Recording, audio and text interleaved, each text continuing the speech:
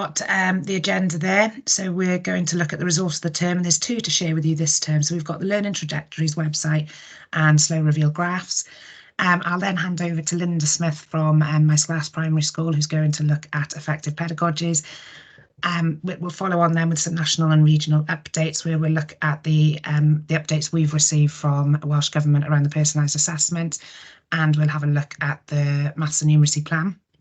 We've then got the financial education toolkit, so there's some resources and planning guidance I'd like to share with you. We'll move on then to Ria, who's going to talk to you about numeracy outdoors. Before we share some work around progression and assessment, I've got a video recording, but I can see Sarah has joined us from St Gladys to look at progression and assessment. So let's have a look now. We'll start here with the resource of the term. I'm not sure if you're familiar with this website, but it's the Learning Trajectories website, and it looks at the progression in learning. So it's from birth to year 4, really. It's not a British website, but the information on there, it flows into the 3 parts, where it looks at the learning goal, developmental path along which the children will travel to reach that goal, and then there's sets of activities which are matched to each of the levels of thinking in the path. And I think it's just the information on this website really does help to develop those higher levels of thinking within maths. So you can see I've just put a snapshot there of the website there. So you've got it broken down into all the different areas, but you can see then within them how it's broken down even further. And we've been doing some work with this with some of our partner schools and looking at how this is supporting the progression in the curriculum. So if you haven't had a look at that website, it's just having a look at the learning trajectories. Just it's free to register. You get access to a range of resources, but it breaks it down for those earlier steps in learning as well.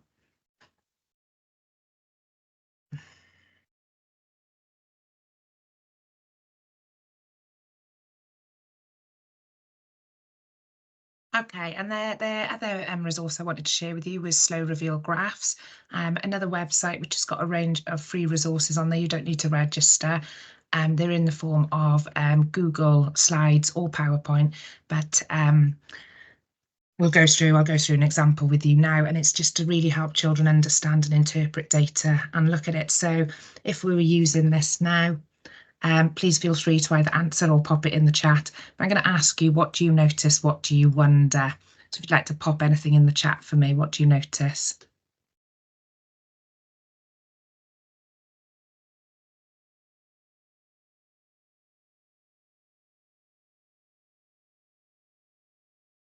Thanks, Tom. Yeah, you notice an increase. Something is increasing. Anything else?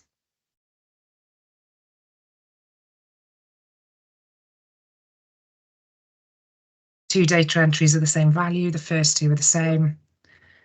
Two are equal. Yes, so you'd move on then. So as you're getting the answers from the children, and you'd add, so I'm going to add some of the labels to the x-axis there. So what information did you just learn? How does it change your thinking? And what do you think this graph might be about and why? So you can use this with the children then, and you get them to talk to their partners. What do they notice? What does this information tell them? So as we move on through the presentation then, so what new information did we learn? Does it change your thinking? What do you think this graph might be about now? So you can see as you're adding it, it's the slow reveal technique there. So as you're adding it there, you can have a look at what the graph is telling you. So we've got then some labels, so the importance, then reminding the children of the importance of the labels on a graph. So what information did we learn? So we've learned that some animals have baby teeth. And have you got 2 sets of teeth? Baby teeth. So we've got a question come through. Let's have a look. Have we got line graphs on there? Yes, you've got a full range of graphs on the website, so you can have a look at the different types that are available. And as you go through, then you've got the key. So another part, a question to ask the children then, what do you think the key means? How can we break these up? And you can go on then, you can take the suggestions from them and then share the answers. But I find it's quite a powerful tool to just get children to really start looking at the graph, and as you're adding the information, their thinking obviously changes then as well. So I'll pop the link to that website in the chat, but I'm going to hand over to Linda. I think Linda joined us for the Autumn Network session as well. And I know schools have been very fortunate to have Linda attend their schools to deliver bespoke PL. Or you may have attended my class to all the gear to attend some of their PL sessions. So Linda, I'm going to hand over to you at this point. Thanks, Sue. That was also really good on graphs. Mike, I'm working on a Chromebook. It's very, very slow, so please bear with me. And Sue, I assume now I can just go on to just show it as normal? Yeah, if you can take control off the screen. Oh, how do I do that, Sue? It's on a tiny screen. I thought my glasses aren't working or the screen is really small. Across the top, there should be where you've got your raise your hand or control. There should be a take control button. Share mic camera. Oh yes, got it. Sorry. Thank you. No problem. I have it now. There we go. Oh, wonderful. Thank you. Okay, so I hope everyone can see it. Thank you all for joining. So I'm just going to do a bit on pedagogy, in particular tapas. I'm really passionate about tapas, only because I've seen it work and it's worked so well for us at Mize Glass. And I know that I did a presentation in the autumn term on mental maths, but I just want to define, how do I, hold on, wait there. I just want to define the fact that I'm not going to be repeating that because mental maths in our school is defined as different to tapas. Sorry, I'm trying to work these buttons at the same time. So this was in the autumn term, I said about mental strategies and how we teach them in a progressive manner at Mize Glass and how they're broken down into year groups and that mental strategies have to be taught. But this one is about tapas and there is a difference, okay? So that was that slide there that you can see there is the one that I gave in the autumn term. And it was just about saying that, you know, you need to teach it. And then in the autumn term, I also showed this slide. Let me see, which is about how we've broken it down. But today, I'd like to do a bit about tapas, please. So tapas, fun, engaging, uses their oracy skills, gets them thinking, gets them talking, why not? And then just to prove it does work for our school. Sorry, I'm having a mare with these buttons. So in our school, we've used it. Sorry, bear with me. I'm trying to get the next slide on. No. Yeah, thank you. Okay, so this is just to show that it does work in our school. So with our school, with the tapas tests, because it's all, you know, we're measuring learners and how much they're progressing. With the national tests, we tend to have a colour-coded system where we band the children. And I just put on there to show you what percentage of our children actually moved up a band. So that for me is evidence in itself, as well as all the maths leader stuff I do in school, that it does actually work. In our tapas sessions, they are every day. I'm just seeing if I can get to the next slide. Okay, they are every day, and we usually involve a little bit of reasoning in them. So there's lots and lots of reasoning things we do, but I'm not going to put them all on here because it's not about reasoning, but this is just a typical example. And you could say to the children, which one is the odd one out? There's very many, there's lots of different answers, and we create them ourselves, and we create them with lots of different correct answers in mind, so that when the children do them, they're getting the chance to talk to their partner, they're getting the chance to justify and to explain. So we drop that in, takes about a couple of minutes out of your tapas session, and it reaps loads of benefits. So I put that in there. The next slide. So that's just a reminder of the tapas sections. And I know, and I am sorry if some of you have been teaching as long as I have, and you've seen this lots of times before. But in our school, when we have an NQTs or ECTs, or we have new member of staff, or sometimes just for the hell of it, we do refresher training quite regularly.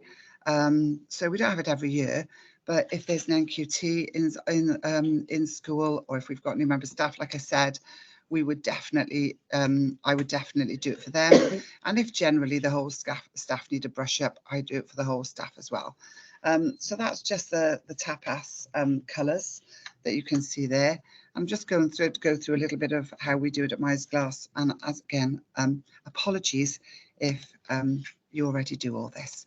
So here we've got the counting stick. Yeah, I love the counting stick. The counting stick is the best piece of tapas kit, I think, because it's so versatile and can be used in so many ways.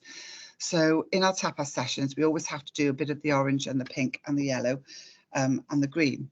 Okay. And it does depend. Sometimes you might not have enough time to get a bit of the yellow and the green section in, but we do always tend to do the orange and the pink every day. And it's kind of embedded. It's not kind of, it is embedded amongst all the staff. So I can go into any classroom. And I have done on occasion with visitors at the drop of a hat. So I know it's going on and it's working well. So it's just a few things that we do here. So see it, say it here in this counting stick. So the counting stick, we always go up and down. As you're aware, the tapas is the same for every year group. All the games are the same. All the kit is the same. All the equipment is the same. The only thing that changes is the number ranges.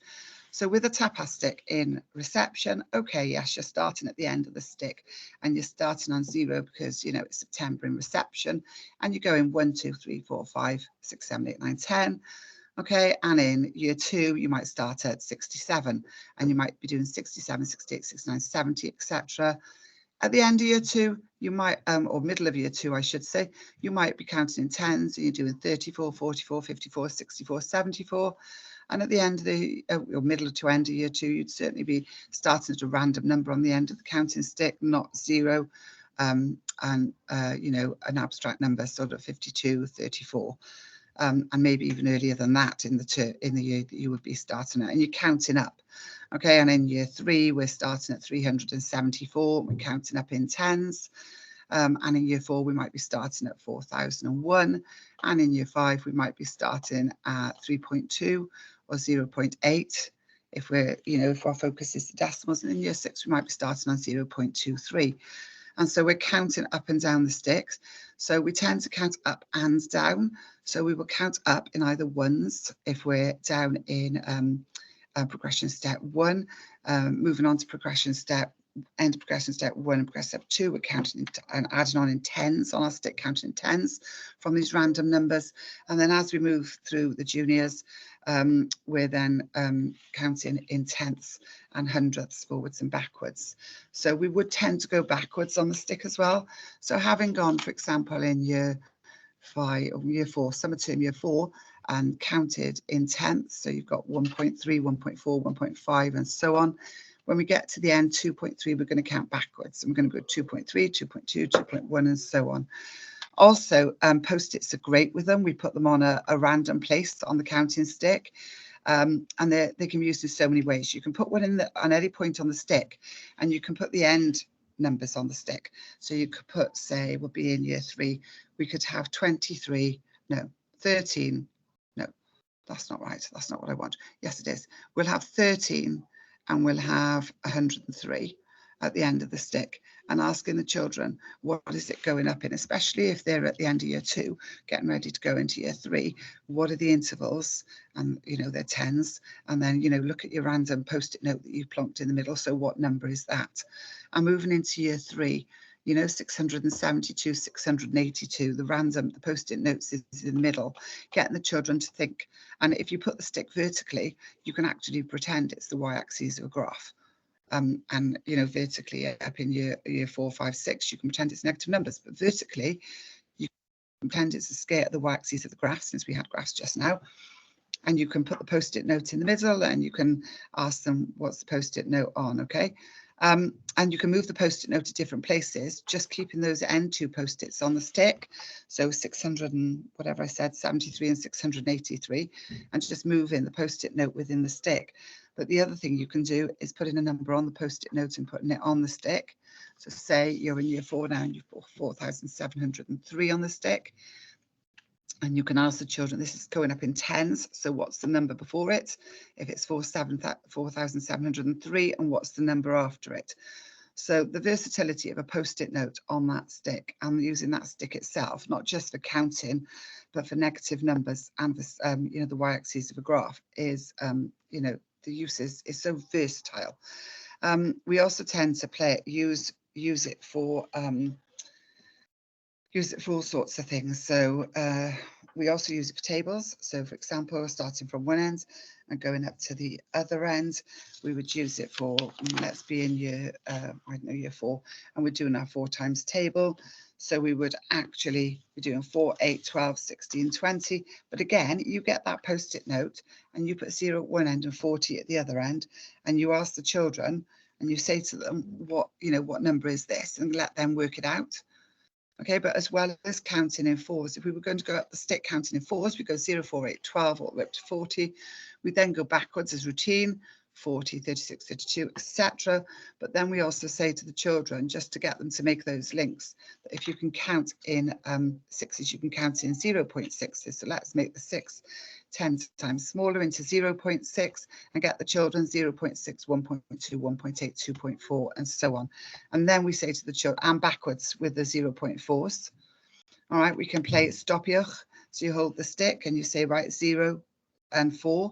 All right, because we're going up now in 0.4s. All right, because we've just counted up and down the stick in 4s. And now let's make 4 10 times smaller. Let's count up and down the stick in 0.4s. And then put your post-it notes and play around with that. Okay, so we also do that. And then we have little games as well. We play with them. So for example, one of the games is the knocking game. So you might say to the children, close your eyes. I do hope you're all closing your eyes at this point and playing along with me. You have to close your eyes and listen, and I'm going to knock the table. So I might say, and I tell the children what we're counting in first. So I might say we're counting in 0.4s. So 0.4s, and I would say 0.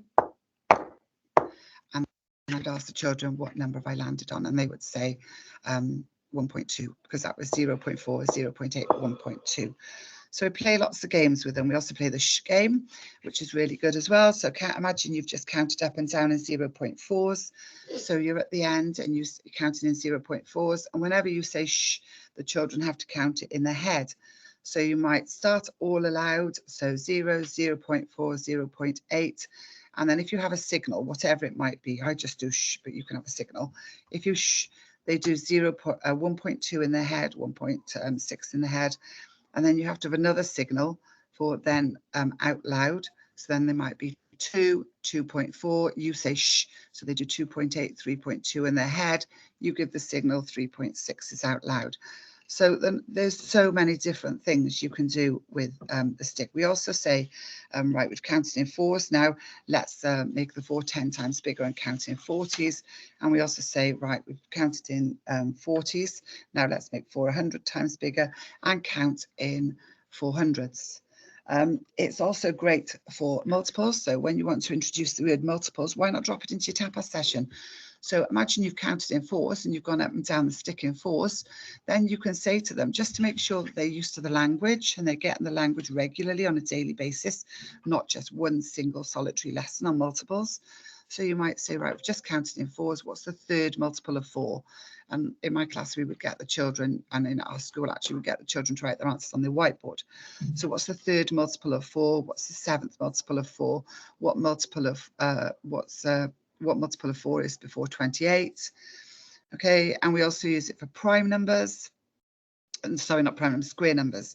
So also with square numbers, we'd literally go 4, 9, 16, 25, 36, and then play around with the numbers. So what's the first square number? What's the first square number after 36? Name me any square number after 36. What square number is before 81? What square number is after 81? What square number is between 49 and 81? And playing little things like that with them. So the stick is a marvelous, amazing piece of kit, and I am a big fan of it. By the way, I am not touting for it, and I don't get paid commission. Next slide. So here I've just got the magic stick.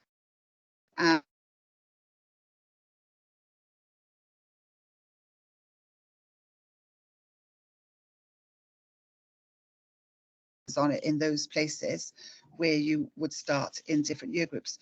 So I can see some of it might has come up, some of it's gone a bit weird, but you know, 1.99 at the end there, that might be where you start counting. You might be in year 6 and you might say 1.99 is there. I deliberately did it so it crossed a whole number. So 1.99 is there, what number is after it if we're counting in hundredths, what number is before it if we're counting in hundredths, and we might even start at 1.99 and go 1.98, 1.97, 1.96 and count backwards or count forwards. If I put 1.99 there on a post-it note in year 6, you might say to the children, so now what's at the end of the sticks? To do it the other way around, instead of having the numbers at the end and the post-it in the middle, have a number in the middle, and then what post-its am I going to put on the end? And you can see after that there, I've got 18. So 18 might be if you're down in year 1. So year 1, you're getting those numbers to 20 and those T numbers really embedded. So with 18, okay, 18 is there. My little year 1s, what's at the end? And then you might point to 2 spaces before it on the stick, what's there?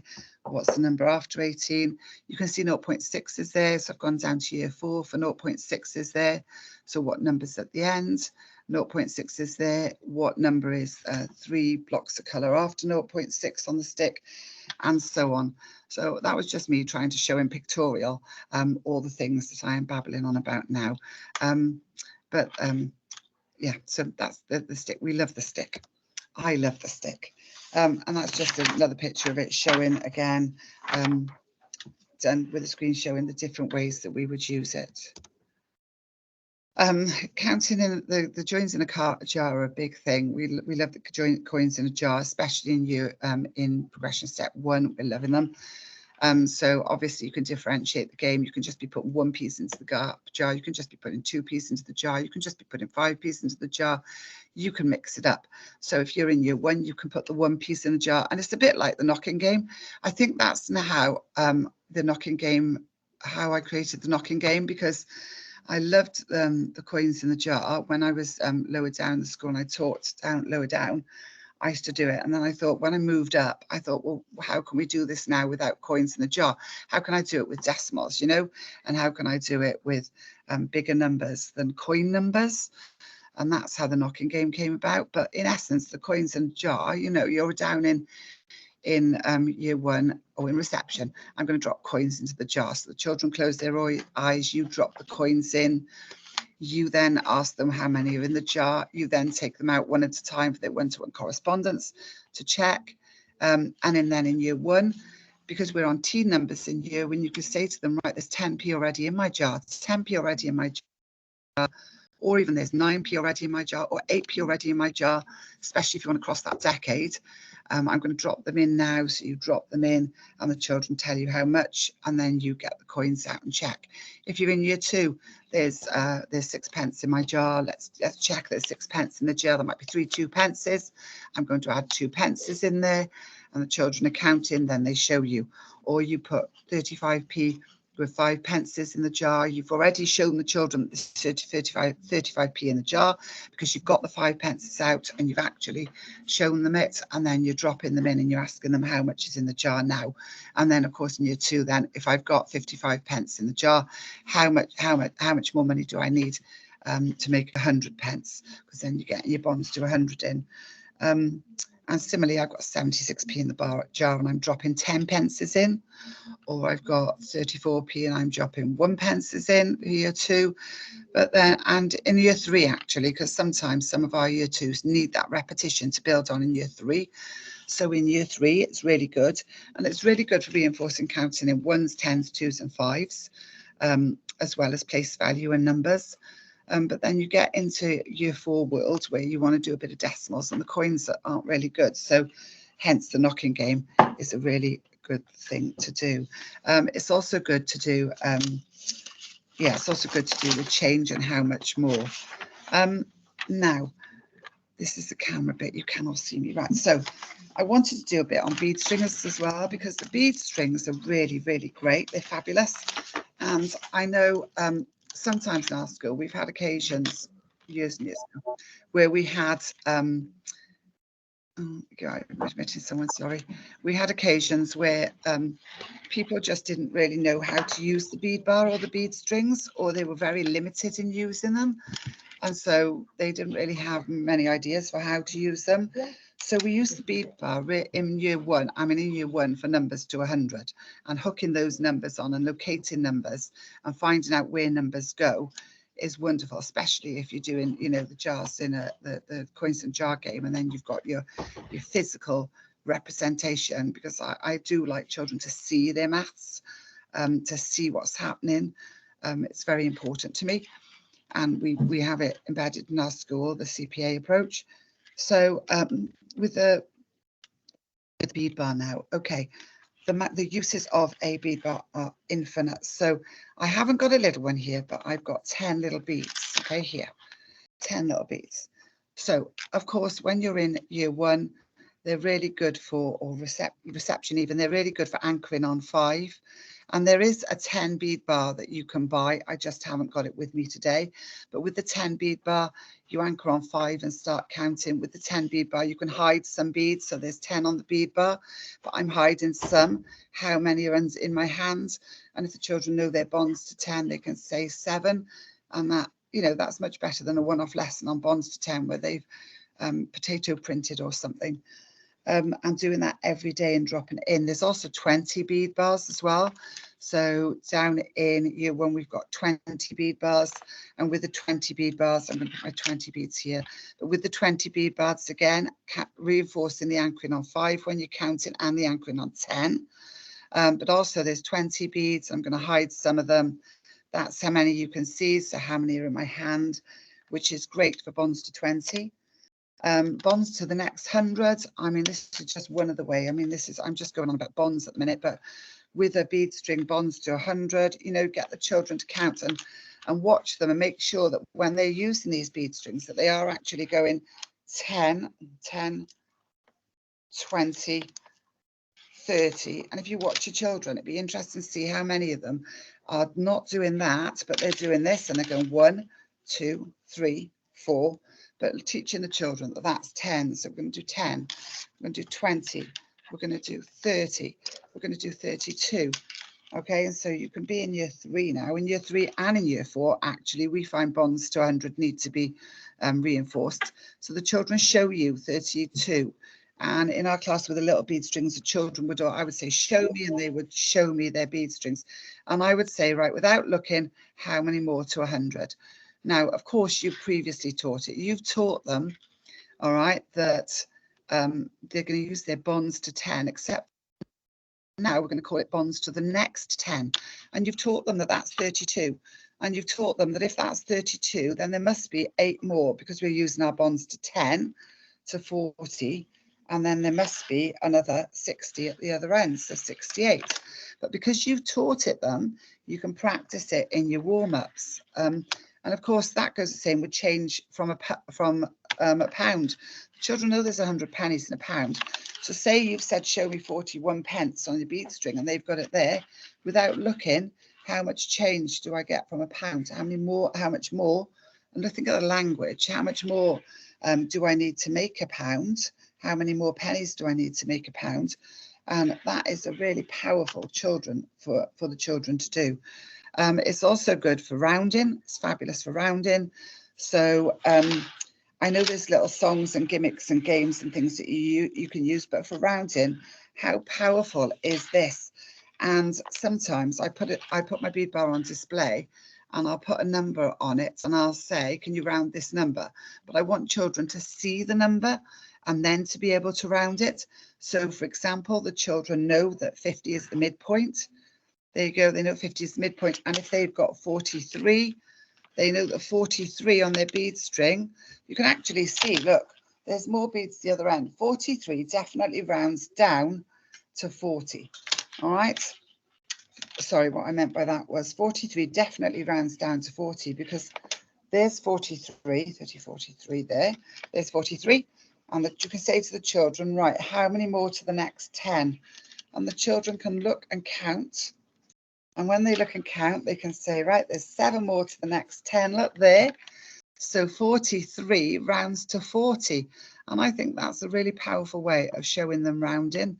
They can learn the song as well, but how powerful is it to see it like that? The 43 rounds down to 40 because they can see it.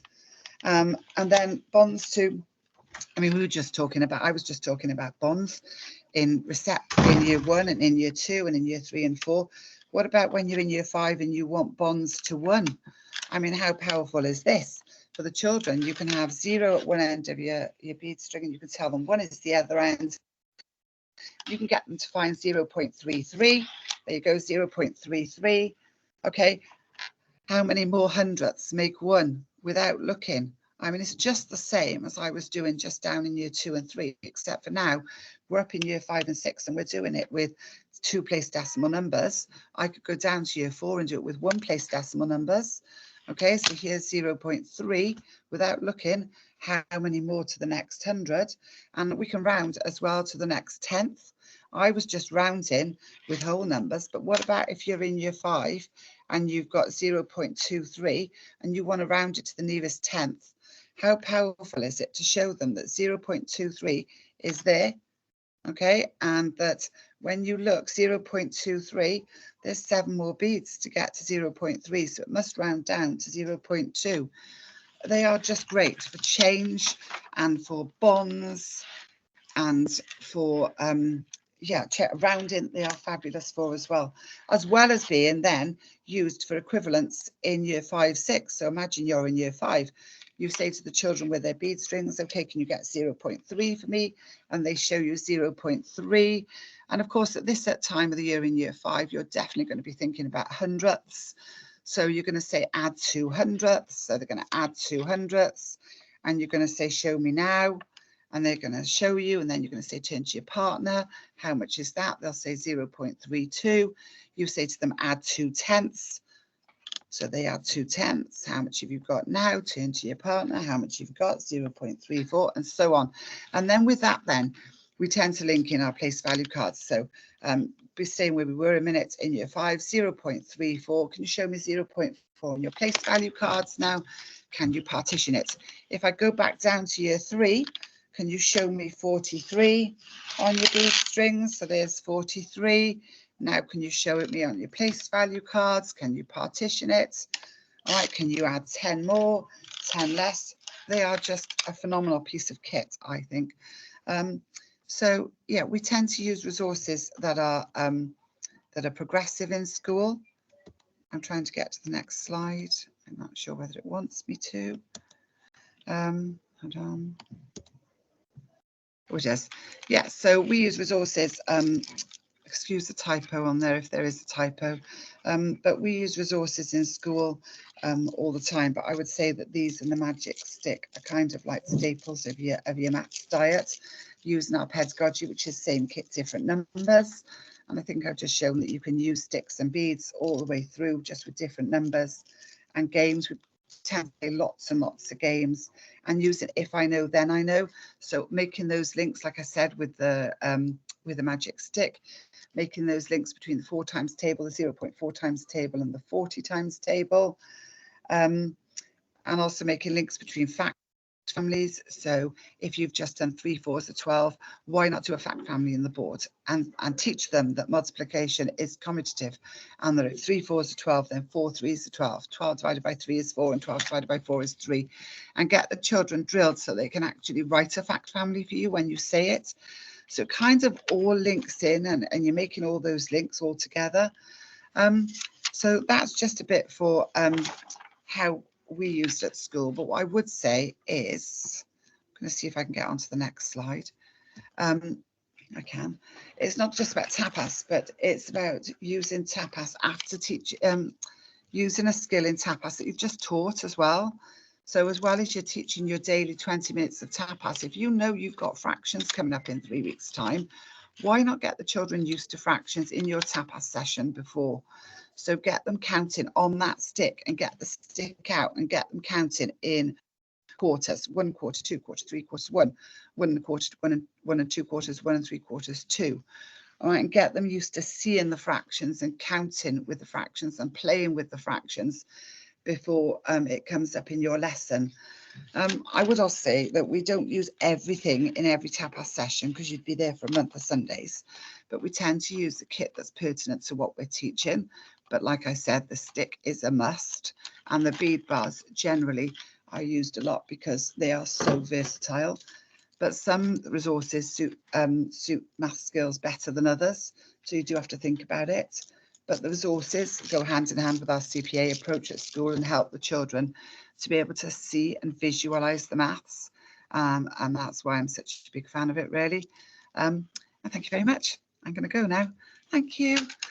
And Excellent. I do apologise if I'm speaking to people who've seen it all before.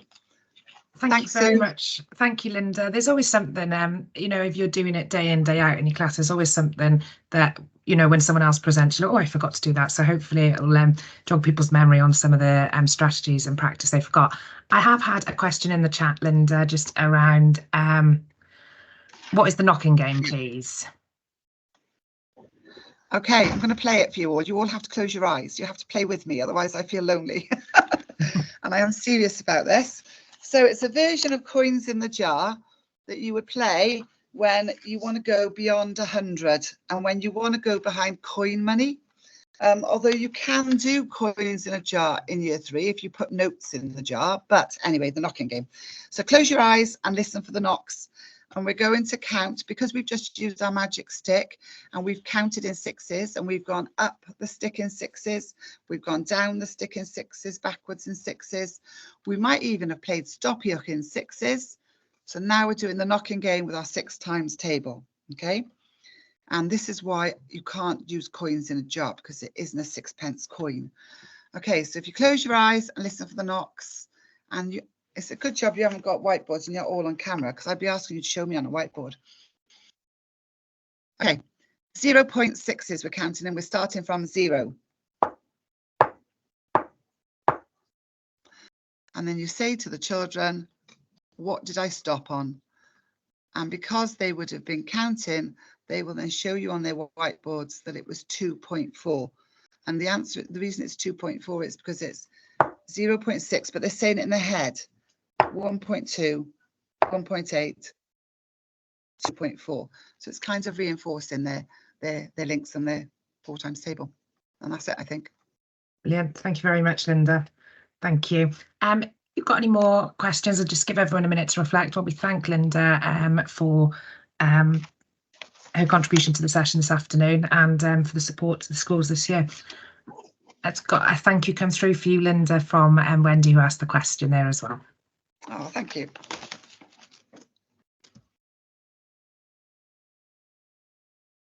Okay, so we'll move on now to the personalised assessment update. It's about the time of year, I think a lot of schools are doing their personalised assessment. Just wanted to draw your attention to the new group skills profile. This will give you the analysis of strengths and areas for development for the groups, and that is available for the numeracy procedural and the English and the Welsh reading assessments. The report has been developed as a result of feedback provided by the personal assessment user group, but there's a group of teachers sit on that group as well that have fed back into it. But you've got a downloadable spreadsheet, which I know is something we've wanted for a long time, so we can use that and personalise it and make it our own. So the group report can be generated for your classes, year groups, or just learners. Okay, so it's how you use the grouping within the system. If you're using it for larger schools, if you want to look at the whole year group, or if you wanted to look at groups of learners within each class, you can set that up on the system. So the key messages that have been shared with us is that the personalised assessments are available throughout the school year and you can use them up to twice. There's no set assessment window. They're for formative use to aid your teachers' progression planning. But head teachers need to have accepted the agreement, the data agreement, and allocate staff functions. In order, they can allocate a range of different functions to different teachers within the school to be able to access the reports and set the groupings. So some of the key changes over the last couple of months have been that the age standardised and progress scores from September now take into account the learning time. I know that was something, a lot of feedback we were receiving was around that learning time and was that considered in the score, so that has now been added in, so it does play a part. And it does, since they've included that, then the inclusion of the learning time, the learners who maintain the same or similar scores in their assessments over time are making consistent progress. And as part of that improvement as well, then the scores for assessment taken during the school year will be calculated in line with the re-standardisation. I'm sure you're aware that during 22-23, they used their data from that to re-standardise it. So they haven't gone back and done any previous assessments, but from that point forward now, it's based on the re-standardised scores. I've just put this in the presentation, so all of these now are hyperlinked for you if you were looking for them, but you've got the administration handbook there. You've got the guidance for practitioners on the learner feedback and progress reports, which shares the reports to share with parents and any questions that you as teachers or parents and carers may have. There's the link there to the pre-recorded training webinars. There's 5, I think, available now that you can access on Hub. They're about half an hour each, that looks at the different strands. You've got some case studies for different schools and how they're using them. Again, then you've got more information around the guide, but just some of the key points there to remember: they're not designed for accountability purposes at any level, and the reports provide information on skills, okay, which should be the primary focus when planning learner progression. And then these, just that reminder there that the age standardised and the progress scores should not be used in isolation. So you've got your own teacher assessments or whatever other assessment pathways you've got in school as well. They're quite quick at getting back to you if you are having any difficulties with the assessments. There's the email or the direct phone number there as well, and they will, I know this time of year when schools are looking at completing them, there are often some difficulties there, so if you get in touch with them, they are quite prompt at getting back to you. So the 5 assessments, 5 webinars are there again with the link. So if you wanted to access them, the reasoning, they're getting the most out of the reports and the class-based resources. If you haven't had a look at those class-based resources yet, sitting behind the reasoning assessments and the reports are a range of resources, paper-based ones then that you can use with the learners. And you can access these by clicking on the profile on the report on the little symbol where it shows where the groups of learners are. If you click on that, it will take you directly to the resources as well. But there's further information in those webinars should you wish to look at them. So the new report that has come out, the group report, looks like this. So this would be for a group of learners there. So you've got the skills broken down on the left-hand side and then showing you where their progress score is. So it breaks it down, and then if you click onto the blue section of it, then it will give you an example of the type of question. It will give you the skill and then an example of the type of question, which may help when you're looking at your planning for following these assessments there. Okay, you can download, and this is where you'll get access to the spreadsheet then, is through this download learner level breakdown sheet, and that will break it down into something you can personalise for your school to use moving forward. And this is just really what the assessment shows you then in terms of the group strengths and areas for development. And then you'll have the breakdown as you have had previously, which has got the duration of the children took to complete the assessment, the average time per question, date of assessment, progress score and age standardised score as well then for you. So just to share so you're aware of it, they have commissioned Alpha Plus to carry out some research. If you would be interested, please let me know and I can pass on your details, but they are looking for schools who deliver the reading and numeracy provision in various ways and are also using the personalised assessment. So they're in the spirit of curriculum for Wales, because they're looking to communicate with schools and find out how they can make them more useful. I think some of the feedback they've received is if you're following a mastery approach and you're using the assessments before the end of the year, you may not have covered some of the areas. So to allow for that mastery approach, they're looking at schools coming forward then to share how they can use these assessments to support the learning. Okay, so you can see there from the slide then that some schools are suggesting that mastery approach is having a negative impact on the skill development. So, and that's impacting now on the progress and age standardised scores, depending on where in the year you do them.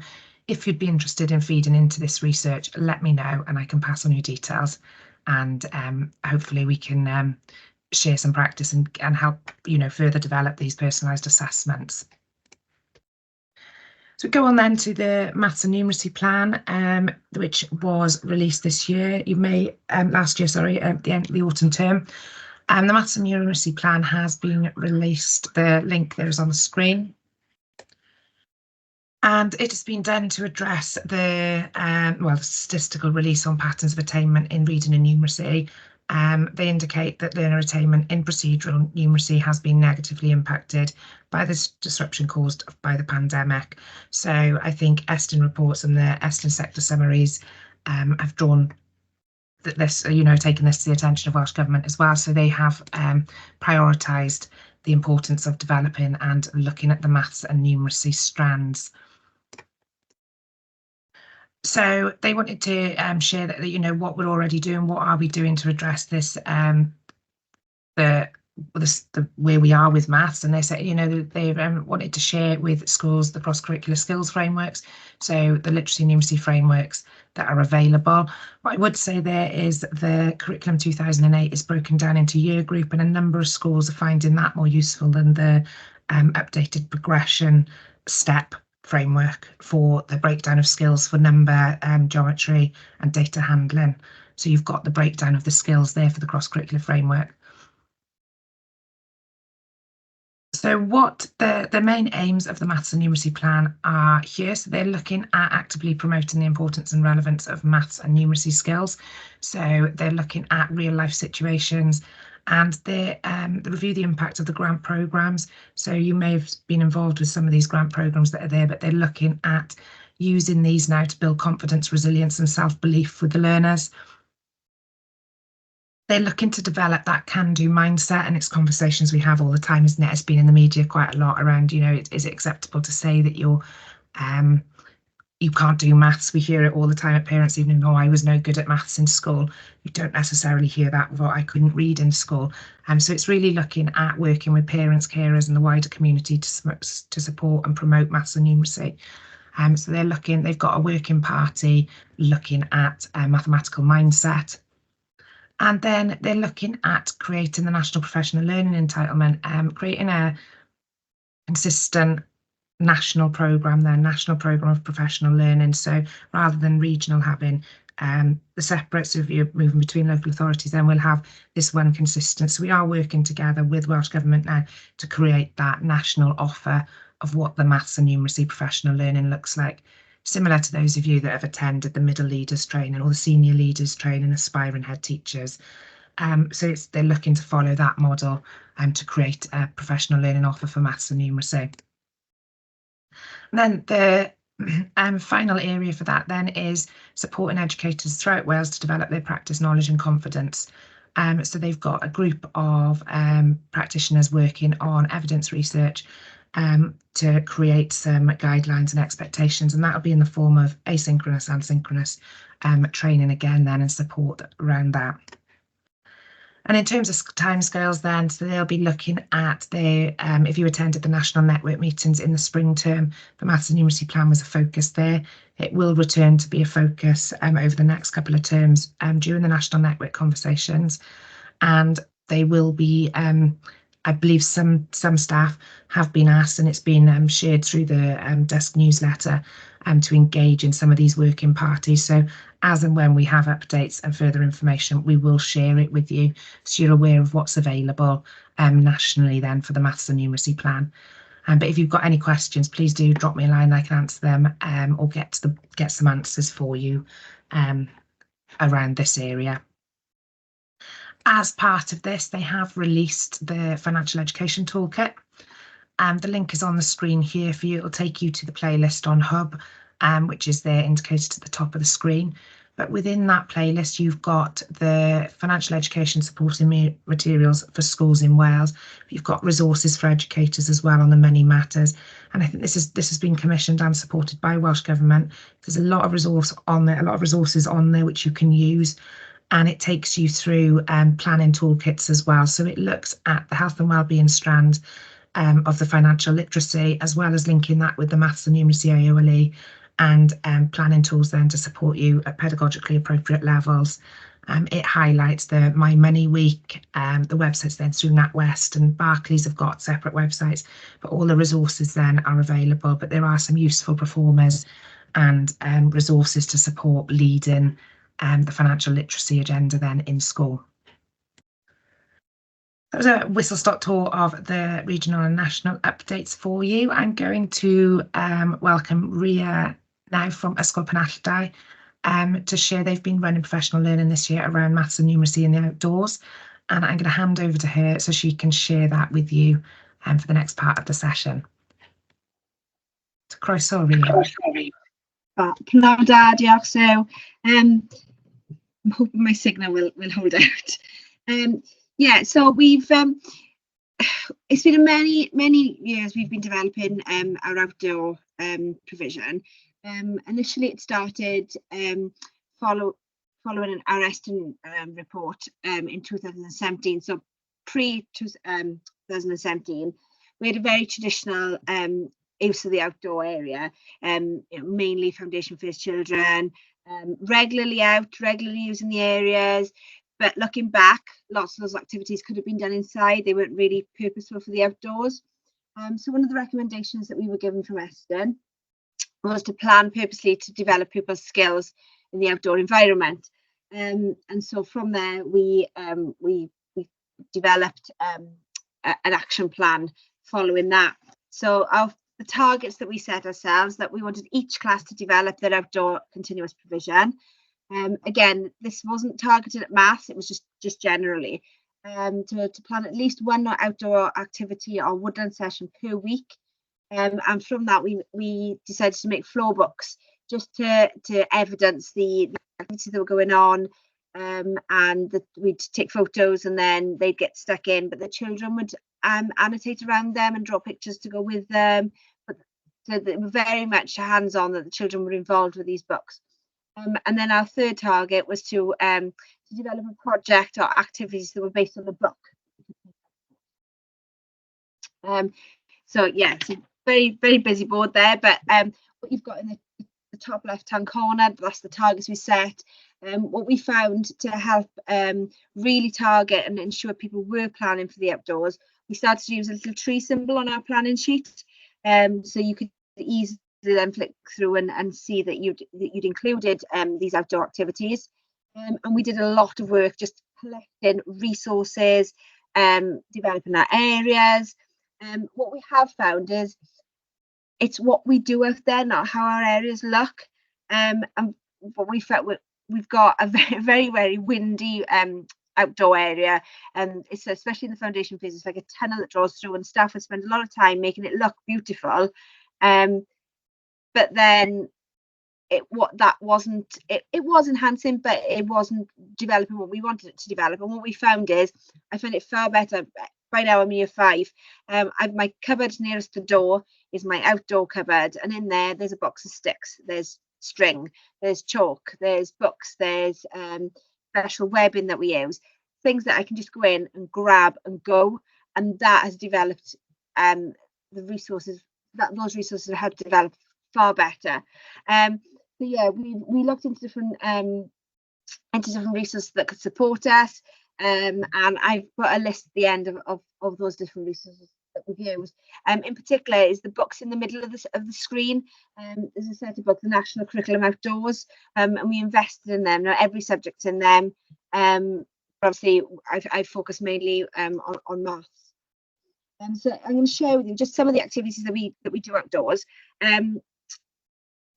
We've also developed since COVID. We were looking at how to be outdoors as much as possible during that difficult time. So we've developed and continued with a fortnightly outdoor session. We're out all day.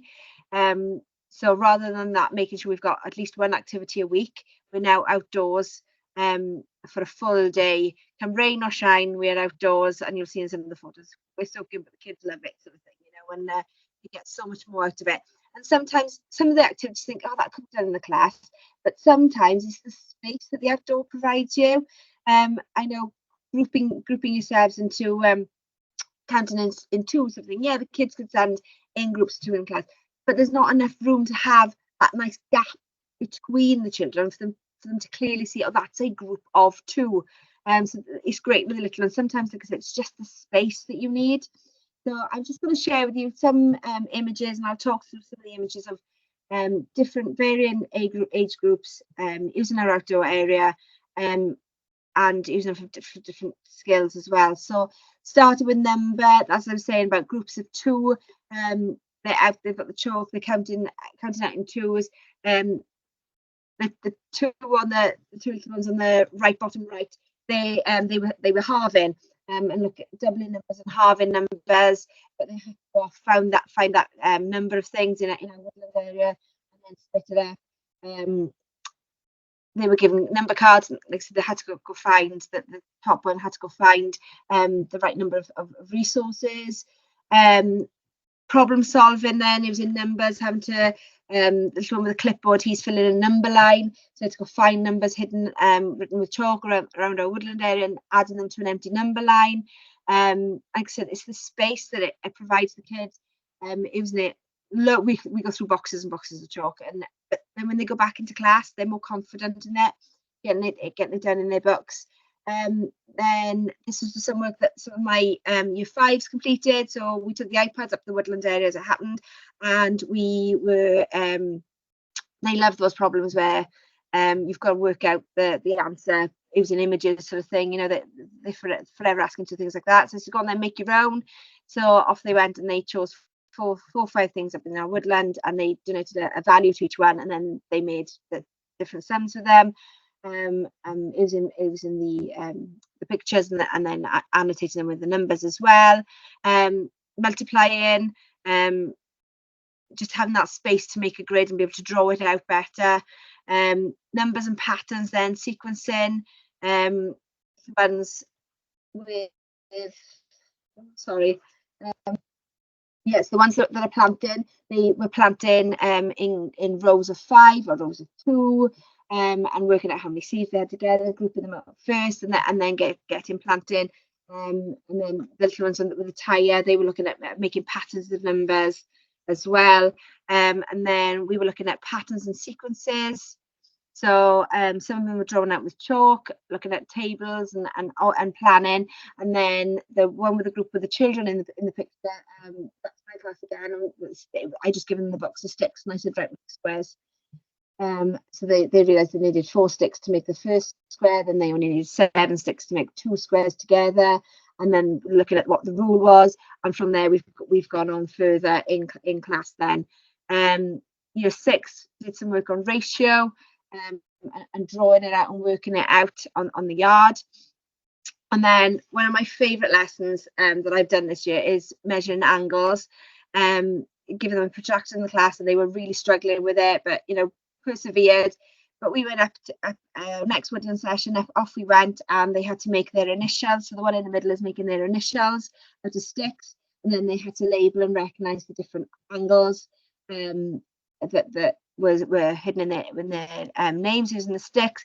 And then the first image with the group of children, we used the netball pitch. We used the D at the end of the netball pitch, and we used the netball post, and we turned it into a life-size protractor. And my intention was for them to work out where the 90 was, sort of thing, and then in between them, and they were like, oh, but hang on, if we know what that is, we can work out what a 6th is. And all of a sudden they'd broken it down, and they were starting to make links for their 6 times table, they had to go off and look for angles in the woodland, so the top right hand corner. So they were just looking at things that made different angles around the school, and then they had to estimate the size of the angle, and then they were using their protractor to measure it. And in the bottom picture, the year 6 teacher took string up the woodland and made a giant web, and they were in there looking at different size angles. So it's hands-on very much, and just making it bigger, making it easier. As Linda said, seeing it, that's the big thing. It's not just a number, you know.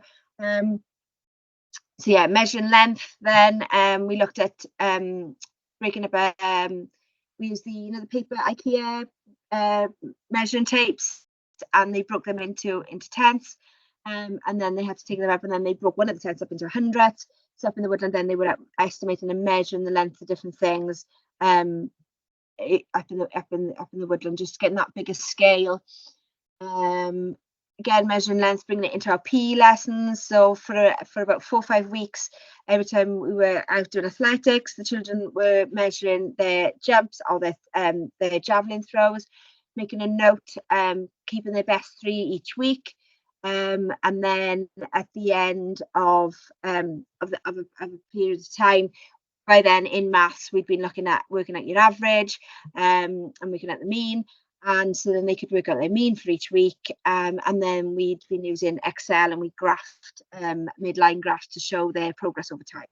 So just linking it, it all came from PE lesson. I had to just making them concentrate a bit more in their PE lessons, or trying to push themselves harder in PE, but we got so much maths out of it as well. And then measuring time. So the little ones are out there, and they've been using they've made clocks, and then they've made the sticks to make the hands of the clock and showing different clocks. And then in the other set of photos is measuring time, as in timing themselves going around our trim trail. So to time themselves going clockwise, time themselves going anti-clockwise. They were keeping working out their average, keeping their score in a table. Then they had to work out, okay, if it took me that long to do once around, how long would it take me to do it 10 times around? And then they were working out the difference between how much time clockwise and compared to anti-clockwise. Just so much, and they were having a whale of a time, and I don't think they realised how much learning they were doing. Measure then, we've also got some lovely data measures. So we've been out measuring the air temperature at different times of the day, and discussing why and what the reason could be in different areas. The middle picture is some of our younger children in the mid kitchen, and they were given a recipe. And then the third one, where the children are absolutely soaking wet, but they absolutely loved that lesson. We'd been looking at different solids and different densities.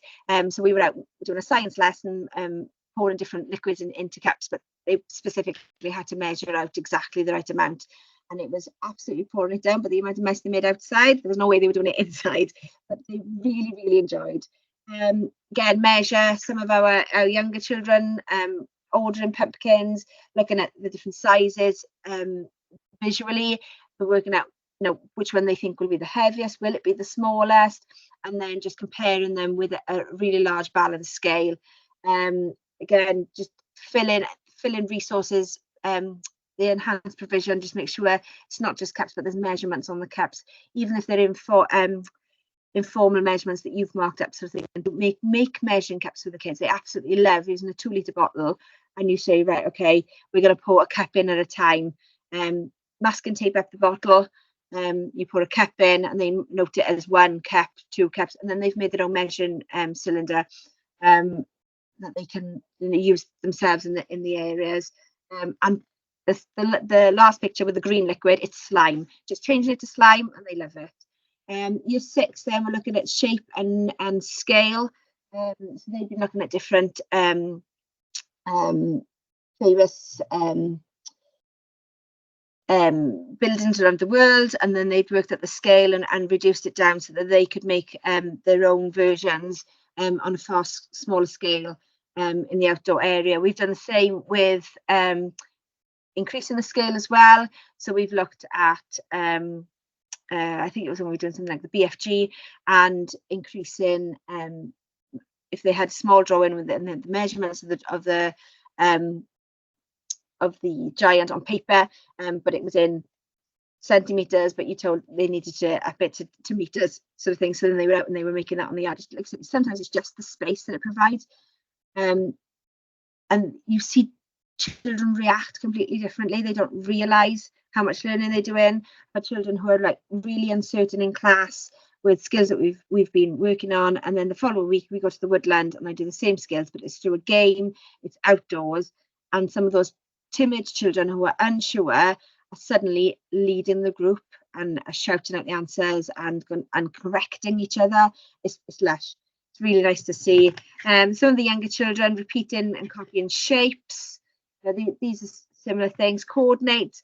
I did this lesson on coordinates with year 5 and 6 for one of our outdoor sessions. Problem solving and cooperation coming into it, and I thought, oh, they're going to fly through this. We've marked up a grid on the yard, they'll be fine, they're always okay with coordinates, but they weren't. And it really it sort of like drove it home that sometimes change the context, and they're not there. They're not as confident as you think. And they really had to work at it, and eventually they got there. And of course, when we went back into class, they were even more confident then. Another one we've done is looking at the perimeter and area and comparing perimeter and area. Even though perimeter stays the same, does the area stay the same? We were looking at meters, using meters for areas for the problem we had for that fortnight. So we went outside with a load of meter sticks, and suddenly they were like, "Oh, that's what a meter square looks like." They could visualize it. They were marking it out on the yard. I give them a set number of meter sticks, and I said to them, "Okay, see how many different shapes you can make, and work out what's the perimeter, what's the area of these shapes."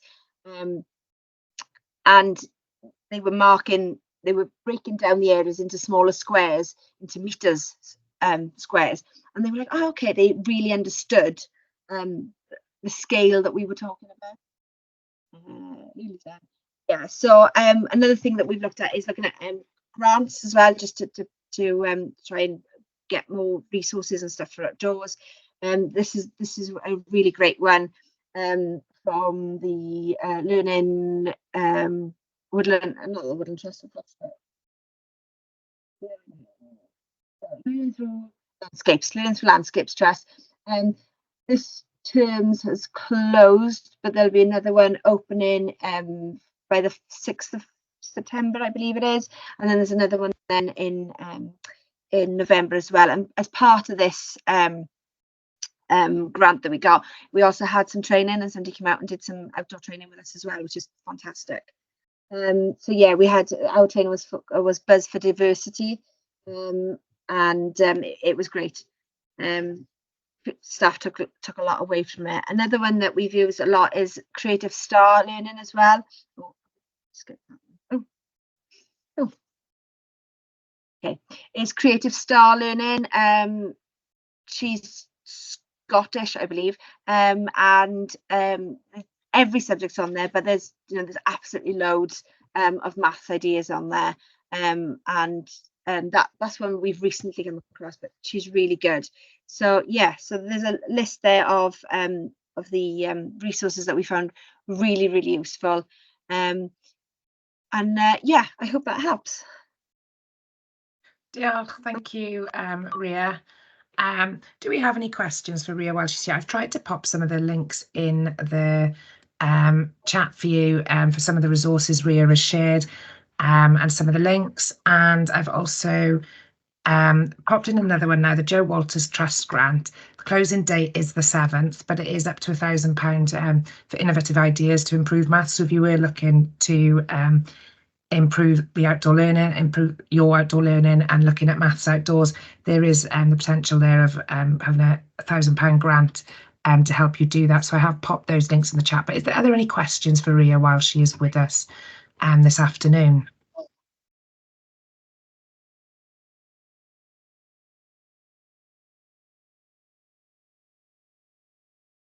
We've got nothing coming through, but I'm sure Ria will be with us for the remainder of the session. If there is something, please do let us know.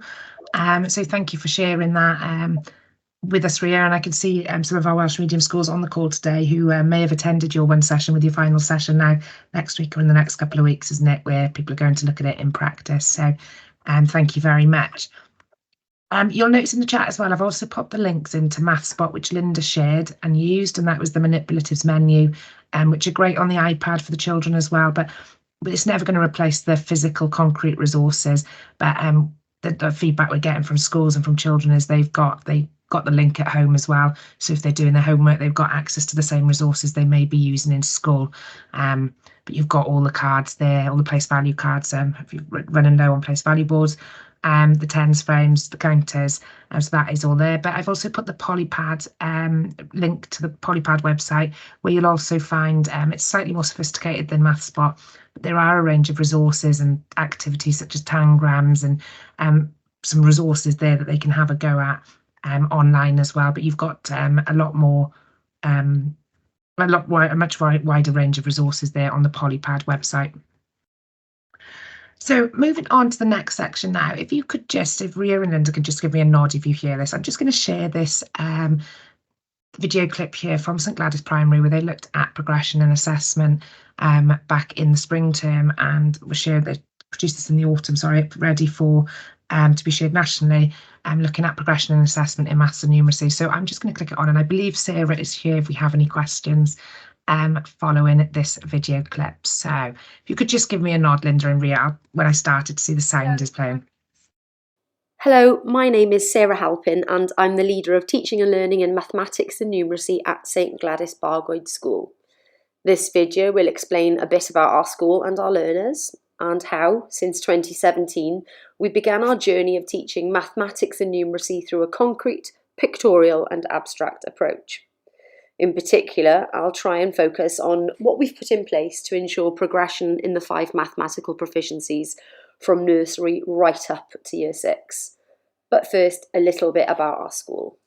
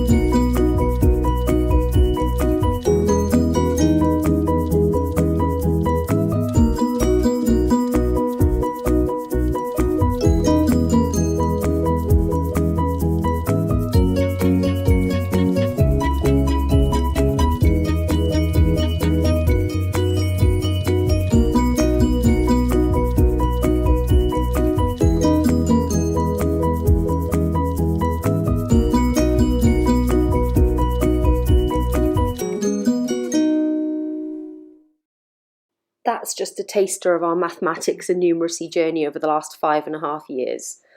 Over that time, we've had to train teachers and LSAs, as well as new staff that have joined the school, so that they feel confident to use this approach. Some staff have had more experience of the CPA approach than others, but all have been keen to broaden their understanding and become better practitioners. It really has been a learning journey for us all, trialling what works particularly well when it comes to building our learners' conceptual understanding and what hasn't been as successful. We regularly hold staff training days, insets, after-school staff meetings, twilights, delivered both by me and from outside agencies. We don't use or follow a scheme of work. We plan our mathematics and numeracy lessons based on the text that we're reading in literacy, or based on our termly topics or even current affairs. We as a staff are encouraged to respond to what the children are telling us, and so planning will often change depending on what's happened in the learning journey so far. We have regular opportunities to share practice across the school so that we ensure that there's continuity and progression from nursery to year 6. These don't just happen in isolation in single year groups, they'll happen right across phases and across the school. We formed a mathematics and numeracy AOLE team, which is made up of teachers and LSAs from across the school. We hold regular meetings to ensure that our maths and numeracy teaching and learning is the very best it can be. We've listened to colleagues. Anyone who would like further training or support is given it. We seek support and advice from one another and share what we can. Perhaps most importantly, we've listened to our learners. They tell us what works best and how they learn. Our learners enjoy the CPA approach. They benefit hugely from discussion time with their peers, investigating different concepts, using manipulatives to better their understanding, and building and drawing their ideas. The Mathematics and Numeracy AOLE team looked at the 5 mathematical proficiencies in greater depth. The 5 interdependent proficiencies are conceptual understanding, communicating with symbols, fluency, logical reasoning, and strategic competence. We know that our learners need to develop each one in order to help develop the other. They are not mutually exclusive. Without sound conceptual understanding, pupils cannot begin to reason logically, draw upon the relationships and patterns that they can remember fluently, in order to pick the most effective and efficient strategy to solve problems. We want to equip our learners with the tools to apply their understanding beyond maths lessons, but in everyday life and the problems that they'll encounter. Therefore, each year starting in nursery, we ensure that learners develop and refine their understanding of the 5 mathematical proficiencies in order to be successful and resilient mathematicians and problem solvers. So, how have we done this? As a team, we regularly draw upon each other's skills. We employ team teaching, where we magpie skills and ideas and share our assessment of the learning. We encourage peer observation. Teachers are welcome to observe one another and look at learning through a different lens. For example, a teacher in Year 4 may wish to look at maths lessons in Years 3 and 5, or to look at books, in order to see how their lessons fit into the learning journey. Is the level of challenge appropriate? What skills can be built upon from Year 3 in order to set children up for success as they move through the school? The Maths and Numeracy AOLE team hold regular meetings and scrutinise books, data, and we write our action plan together. We hold regular staff training events. Upskilling ourselves as teachers is vital. As an SLT, we observe lessons and provide timely feedback. Feedback is constructive so that teachers and LSAs have a clear way forward in order to have the most impact. SLT hold book looks and pupil progress meetings. We have ensured that the 5 proficiencies have greater emphasis on the planning by adapting our planning templates. Finally, each year group makes an AOLE placemat, which I'll explain now in more detail. AOLE placemats are created to give a clear overview of the learning taking place in each year group, a roadmap of the children's mathematical journey as they move through the school. Placemats provide the AOLE team with a comprehensive picture of the work undertaken by children in every year group, from nursery to Year 6. In this way, we're able to chart the progression of the mathematical proficiencies and ensure that each year builds upon the last. They also enable us to take action should it be required. Importantly, just as in all other monitoring situations in the school, they facilitate meaningful professional dialogue to secure ongoing school improvement. Placemats illustrate the way in which the component parts of mathematics and numeracy come together to enable the pupil's learning journey. For example, each year group demonstrates different strategies used to develop conceptual understanding. We would expect, therefore, to see these techniques develop at an appropriate pace as the pupils move through the school. A focus in our action plan this year has been to enable our children to develop sound logical reasoning skills. We want to equip our learners with the tools and mathematical vocabulary to come up with solutions independently and to explain their reasoning fully. Another area has been to challenge our more able and talented pupils. We understand that learners need rich learning opportunities to broaden and deepen their knowledge. We want them to apply their understanding of different concepts along with strategic competence skills in order to find efficient solutions. Although for understandable reasons financial literacy has been incorporated into health and well-being, it continues to be addressed in maths and numeracy lessons. Through these, children learn the mathematical skills needed in order to be financially literate, to manage the money well as they go through their lives, which can only promote their health and well-being. Through teaching maths and numeracy using the CPA approach, along with a focus on ensuring progression across the 5 proficiencies, children are enthusiastic, inventive and resilient when it comes to maths. They develop a confidence in this area, understanding that, over the course of their school life, they have built strong foundations in order to tackle any problem. This is borne out by the fact that, whereas 93% of children enter nursery at below expected outcomes in mathematical development, 94% of our children leave St Gladys at or above expected outcomes. To finish the session this afternoon, I just wanted to share with you the professional learning offer for next year. This will be launched in July within each local authority, and there will be some tweaks dependent on local authority and their needs as well, and what they're looking at in their offer. But you can see we're working with Gareth Metcalf again for the first two there on the left hand side, where we're looking at developing reasoning and problem solver across your cluster. So we're going to be working with, if you wanted to go back, speak to your cluster and have a look to see if that was going to be a priority, that will be coming out in July. And it'll be an application process where you'll work over a series of sessions. We'll have Gareth with us in person, but there will be a number of sessions online with bespoke then cluster support to look at what you're doing for problem solving and reasoning and what he can do to support that. So that will run over the autumn and spring term. We'll be offering a twilight session for year 1 to 7. So for teachers looking at problem solving in maths, and that's looking at just deconstructing word problems and how we can develop those problem solving routines and structures from well, throughout the school really, and that will be offered as a twilight session, so you can join individually or as a whole staff. I believe that's going to be in January, so just some insight into if you are looking at any of these areas on your SDP next year. Alongside a number of partner schools, we're going to be looking at the mathematical proficiencies, and that is going to be the understanding progression in maths and numeracy through practical examples. That's going to be from reception to year 11, but we will be breaking off into primary and secondary as part of that. So we will come together. That will be a series of 1-hour sessions throughout the autumn term, looking at each of the proficiencies in isolation, and we'll come together in January then to look at them collectively, and we'll do that in person so we can really get into the connectedness of them all. And then planning for primary maths and planning and delivery of effective maths lessons. That again will be running the spring term, where we're looking at what makes an effective maths lesson.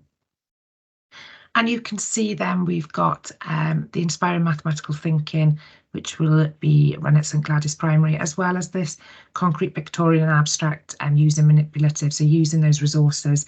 So we've got you're quite enthused now by the Sarah's presentation and looking at the approach to concrete, pictorial and abstract. They will be running professional learning in the autumn and spring again, looking at that. So you can go and have a look at it, have a look at books, speak to learners and have a learning walk to look at the CPA approach in action there.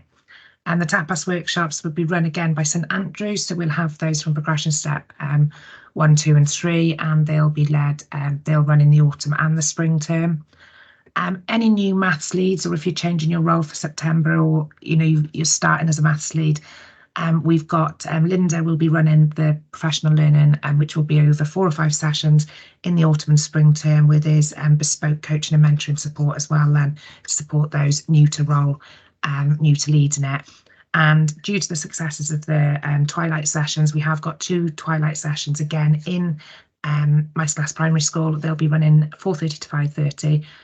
Looking at different mental math strategies throughout the primary. Number recovery is running again in the autumn term, and then we've got Park and Gilbach Primary will be running their maths intervention programme for year 3 to 6. And then for our numeracy across the curriculum, you'll see there we've got the offer, which they'll be developing numeracy across the curriculum in the primary school, and then we'll have that as also available through the medium of Welsh for you, as well as using Voice 21. And the using the Voice 21, there'll be a maths specific session, and then they'll also be using Voice 21 in STEM subjects, so widening that up then to capture all the STEM subjects there. As always, as you're looking at your STPs for next year, if there's anything you require support with, please do get in touch, and we can broker that then either through myself or through our partner schools. And we'll have the same partner schools as we had this year, and they'll be there to support you on your journey in your improvement for maths and numeracy. So it's at this point that we're coming to the end of the session. Unless you've got any questions, I'm just going to give you a minute just to reflect while I stop the recording.